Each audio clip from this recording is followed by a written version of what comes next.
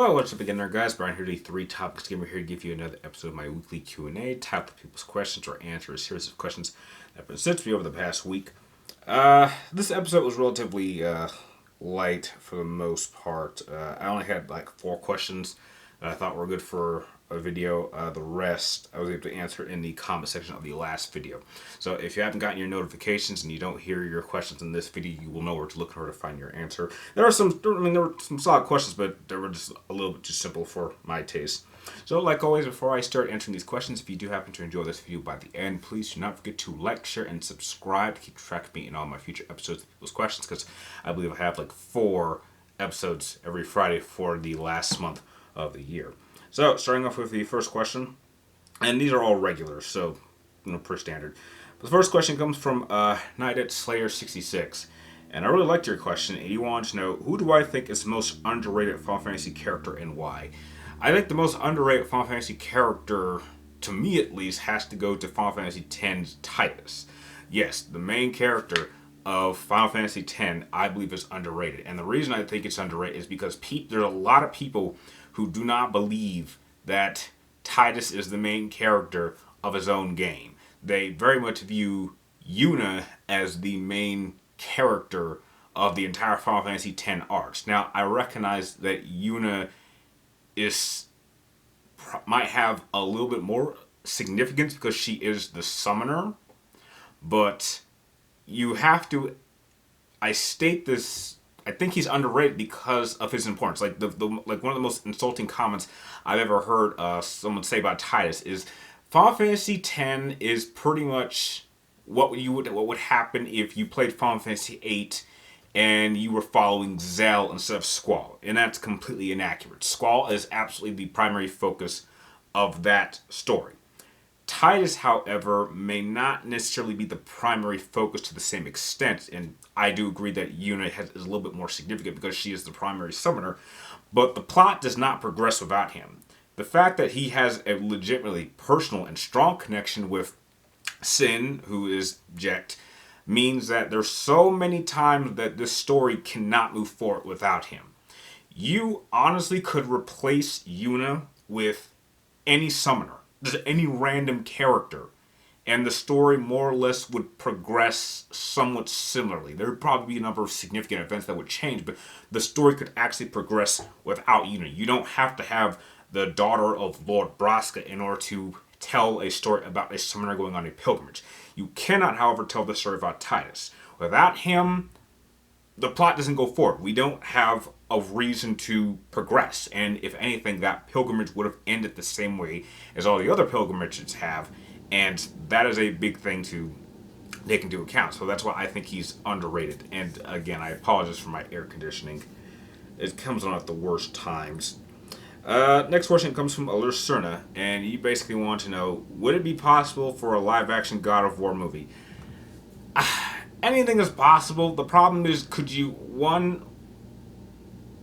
do we need a God of War movie? I think no. Do enough people know about God of War to warrant it being created? No. Could you find the right director and script writer? No.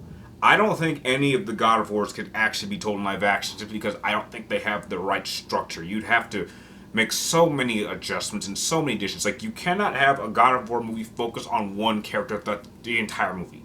And the question is, how long would you make it? Would you make it 2 hours? I'm sorry, you cannot have just... I mean, think of the structure of a God of War game. It's pretty much a lot of walking around, coming to an area, kill a bunch of enemies, run, next area, maybe a couple puzzles, fight some more enemies, walk to the next spot, kill a couple enemies. You might run into a boss, kill that boss, walk to the next area, and I'm like, that is not a good structure for a movie. And you cannot have just one character just for 2 whole hours, or even an hour and a half. That'd be boring. So you'd probably have to add, like, I don't know, 2 or 3 or 4 different companions there just to take up space so the character has someone to interact with.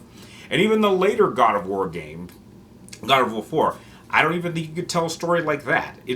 And I just don't think you could find the right director, and I just don't think the audience is big enough. Sure, I mean, trust me, gamers, that's a big audience, but I don't think that warrants enough for a movie, because most people don't know what God of War is.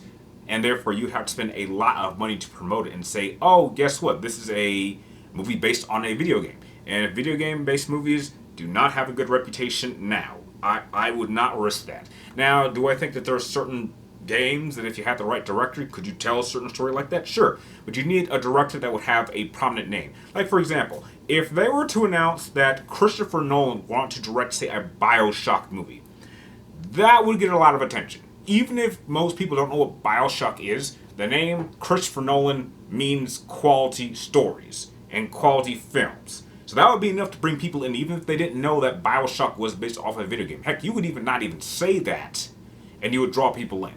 But I just think that for a God of War movie, it's just a property that's not needed. Therefore, do I think it's possible? Sure. Do I think it should ever happen? No, I don't. It's just not necessary. Next question comes from Alan T. Generate. You want to know if there was any memory in my life I wish I could relive for a day, what would it be and why?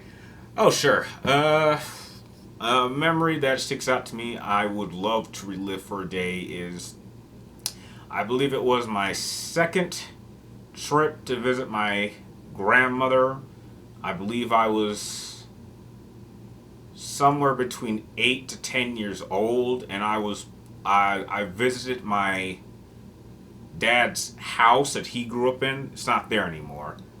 And it was just me and him playing catch.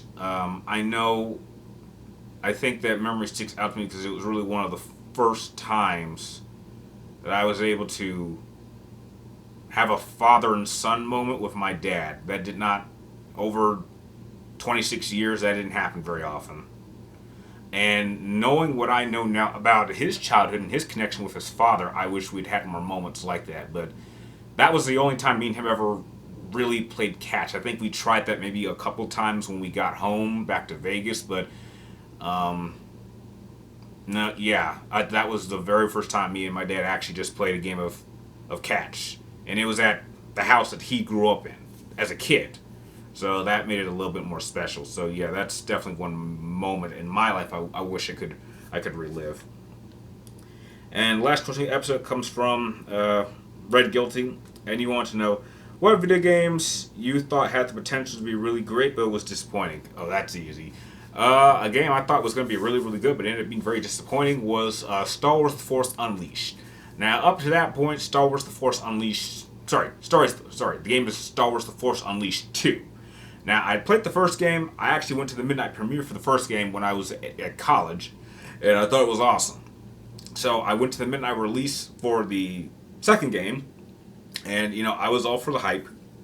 And to my shock, now this was while I had just gotten back from college. So I went to the midnight release, I picked up the game, I went home, I started playing it, and I beat the game in like 3 to 4 hours.